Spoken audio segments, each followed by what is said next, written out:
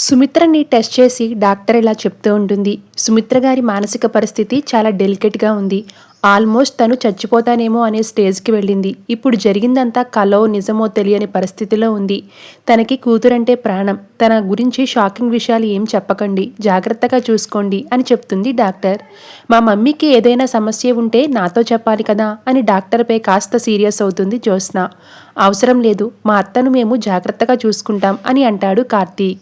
దీపకు బాగోలేదు అంటే అన్నీ వదిలేసి వెళ్ళావు కదా, అప్పుడు మా మమ్మీని నేను కదా చూసుకుంది అని అంటుంది జ్యోత్స్న.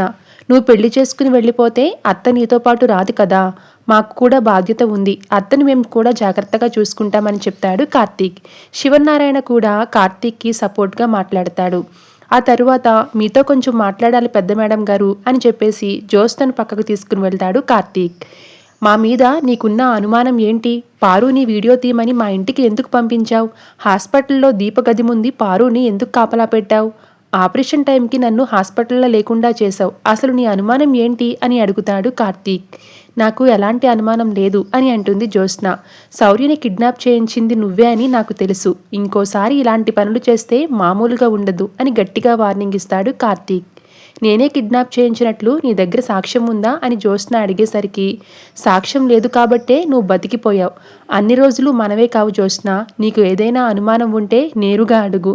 నా ఫోన్ ఎప్పుడూ ఆన్లోనే ఉంటుంది అని చెప్పి వెళ్ళిపోతాడు కార్తీక్. నువ్వెన్ని చెప్పినా నా అనుమానాలు నాకున్నాయి బావా. అందుకే దీప హాస్పిటల్లో జాయిన్ అయిన దగ్గర నుంచి నా జాగ్రత్తలో నేనున్నాను అని అనుకుంటూ ఉంటుంది జ్యోత్స్న.